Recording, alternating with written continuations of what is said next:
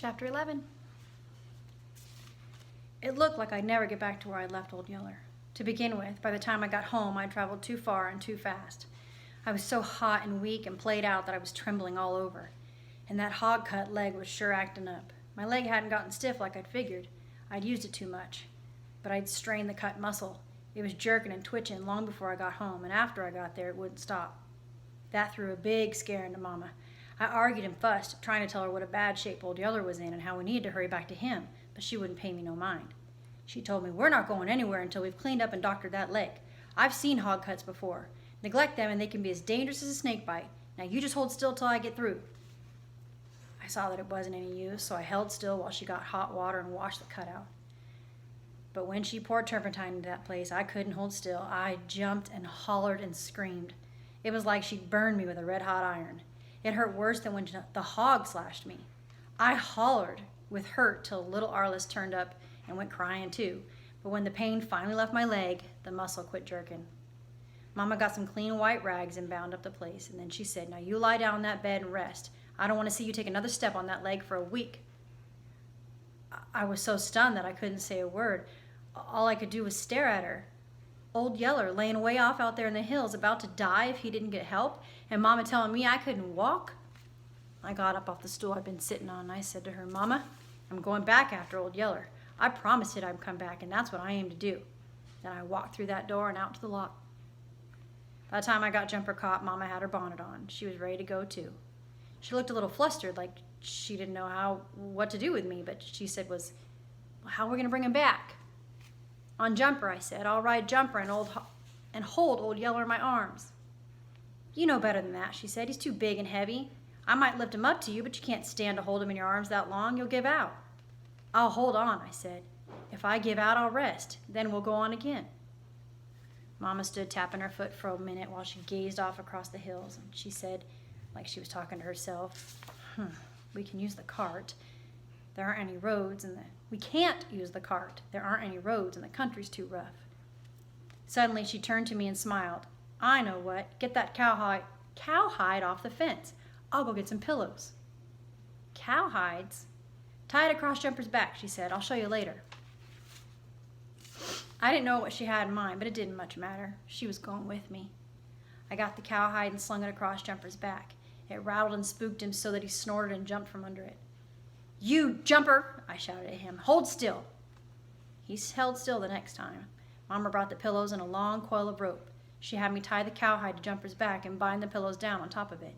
Then she lifted little Arliss up and set him down on top of the pillows. "You ride behind him," she said to me. "I'll walk." We could see the buzzards gathering long before we got there. We could see them wheeling black against the blue sky and dropping lower and lower with each circling. The buzzards are the animals that are going to come after the birds that are waiting for an animal to die. They know that an animal is near death, so they can come eat what's left. Scavenger. One we saw didn't waste time to circle. He came hurtling down a long slanted dive, his ugly head outstretched, his wings all but shut against his body. He shot past right over our heads, and the whooshing sound his body made in splitting the air sent cold chills running through me. I guess that was it for Old Yeller. Mama was walking ahead of Jumper, and she looked back at me. The look in her eyes told me she figured the same thing. I got so sick that it seemed like I couldn't stand it. But when we moved down to the prickly pear flats, my misery eased some. For suddenly, up out of the wash ahead rose a flurry of flapping wings. Something had disturbed those buzzards, and I thought I knew what it was. A second later, I was sure it was Old Yeller. His yelling bark sounded thin and weak, but just to hear it made me want to holler and laugh and run. He was still alive. He was still able to fight back. The frightened buzzards had settled back to the ground by the time we got there. When they caught sight of us, though, they got excited and went to trying to get off the ground again. For birds that can sail around the air all day with hardly more than moving their wings, they sure were clumsy and awkward about getting going. Some had to keep hopping along the wash for 50 yards, beating the air with their huge wings before they could finally take off. And then they were slow to get up there. I could have shot a dozen of them before they got away, if I thought to bring my gun. There was this sort of crazy light shining in Old Yeller's eyes when I looked at him. When I reached to drag the stump away, he snarled and lunged at me with bared fangs. You know, animals, when they're hurting, they're scared. They get confused. I jerked my hands away just in time and shouted, "Yeller!" at him. Then he knew I wasn't a buzzard. The crazy light went out of his eyes, and he sank back into the hole with a loud groan, like he'd just had a big load taken off his mind. Mama helped me drag the stump away. When we reached in and rolled his hurt body over on its back and slid him out into the light. Without even bothering to examine the blood-caked cuts that she could see all over his head and shoulders, Mama started unwinding the strips of cloth from around his body. Then little Arliss came crowding past me, asking in a scared voice what was wrong with old Yeller. Mama stopped. "Arliss, do you think you could go back with his sandy wash there and catch Mama a pretty green-striped lizard? I thought I saw one down there with that little bend." Little Arliss was as pleased as I was surprised. Always before, Mama had just sort of put up with his lizard catching. Now she was wanting to catch one just for her. A delighted grin spread over his face. He turned and ran down the wash as hard as he could go. Mama smiled up at me, and suddenly I understood. She was just getting little Arliss out of the way so he wouldn't have to look at the terrible sight of Yeller's slitted belly. She said to me, "Go jerk a long hair out of Jumper's tail, son, but stand to one side so he won't kick you." I went and stood to one side of Jumper and jerked a long hair out of his tail. Sure enough, he snorted and kicked at me, but he missed. I took the hair back to Mama, wondering as much about it as I had about the green-striped lizard.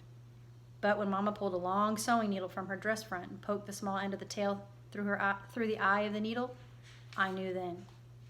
"Horsehair is always better than thread for sewing up a wound," she said. She didn't say why, and I never did think to ask her. Mama asked me if any of Yeller's entrails had been cut. Entrails are the insides. I told her I didn't think so. "Well, I won't bother them then," she said. "Anyway, if they are, I don't think I could fix them." It was a long, slow job sewing up old Yeller's belly, and the way his flesh would flinch and quiver when Mama poked that needle through, it must have hurt. But if it did, old Yeller didn't say anything about it. He just laid there and licked my hands while I held him. We were wrapping him up in some clean rags that Mama had brought along when here came little Arliss. He was running as hard as he'd been when he left. He was grinning and hollering at Mama, and in his right hand he carried a green-striped lizard. How on earth he'd managed to catch anything as fast running as one of those green-striped lizards, I don't know, but she sure had one. You never saw such a proud look he wore on his face when he handed that lizard to Mama. And I don't guess I ever saw a more helpless look on Mama's face when she had to take it. Mama had always been squeamish about lizards and snakes and bugs and things, and you could tell it just made her want to crawl to have to touch it. But she took it and admired it and thanked Arliss.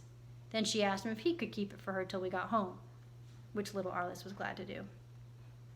"Now, Arliss," she told him, "we're going to play a game. We're playing like old Yeller is sick, and you're going to take care of him. We're going to let you both ride on a cowhide like the sick Indians do sometimes." It always pleased little Arliss to play any sort of game, and this was a new one he'd never heard before. He was so anxious to get started that we could hardly keep him out of the way until Mama could get things ready. As soon as she took the cowhide off Jumper's back and spread it hair side down upon the ground, I began to understand. She placed the soft pillows on top of the hide, then helped me to ease old Yeller's hurt body onto the pillows. "Now, Arliss," Mama said, "you sit there on the pillows with old Yeller and help him hold on. But remember now, don't play with him or get on top of him. We're playing like he's real sick, and when your dog is sick, you have to be real careful with him." It was a fine game, and little Arliss fell right in with it. He sat where Mama told him to, and he held old Yeller's head in his lap, waiting for the ride to start. It didn't take long. I'd already tied a rope around Jumper's neck, leaving the loop big enough that it would pull back against his shoulders. Then, on each side of Jumper, we tied another rope on the one knot about his shoulders and carried the ends of them back to the cowhide. I took my knife and cut 2 slits into the edge of the cowhide and tied a rope onto each one. We measured to get each rope the same length, and we made sure they were far enough back that the cowhide wouldn't touch Jumper's heels. Like most mules, Jumper would get fussy if anything was touching his feet. "Now, Travis, you ride him," Mama said, "and I'll lead him." "You better let me walk," I argued. "Jumper's liable to throw a fit with that hide rattling behind him, and you might not be able to hold him." "You ride him," Mama said. "I don't want you walking on that leg anymore, and if Jumper acts up on me, I'll take a club to him." We started off with little Arliss crowing at what a fine ride he was getting on the dragging hide. Sure enough, though, at the first sound of that rattling hide, old Yeller acted up. He snorted and tried to lunge to one side, but Mama yanked down his bridle and said, "Jumper, you wretch!" I whacked him between the ears with the dead stick. With the two of us coming at him like that, it was more than he wanted. He settled down and went to traveling as quiet as he generally pulled a plow, but just now and then bending his neck around to take a look at what he was dragging. You could tell he didn't like it, but I guess he figured he'd just put up with it. Little Arliss never did have a finer time than he did on that ride home. He enjoyed every long hour of it, and a part of the time I don't guess he was too rough on Old Yeller. The cowhide dragged smooth and even as long as we stayed on the sandy part. When we left the sand, we took out across the flats, and it still didn't look too bad. Mama led Jumper in a long roundabout way, keeping as much as she could on the openings where the tall grass grew. The grass would bend down before the hide, making a soft cushion over the hide to slip through. But this was a rough country, and try as hard as she could, Mama couldn't always dodge those rocky places. The hide slid over the rocks the same as over grass and sand, but it couldn't do without jolting the riders. Little Arliss would laugh when the hide raked along over the rocks and jolted him till his teeth rattled.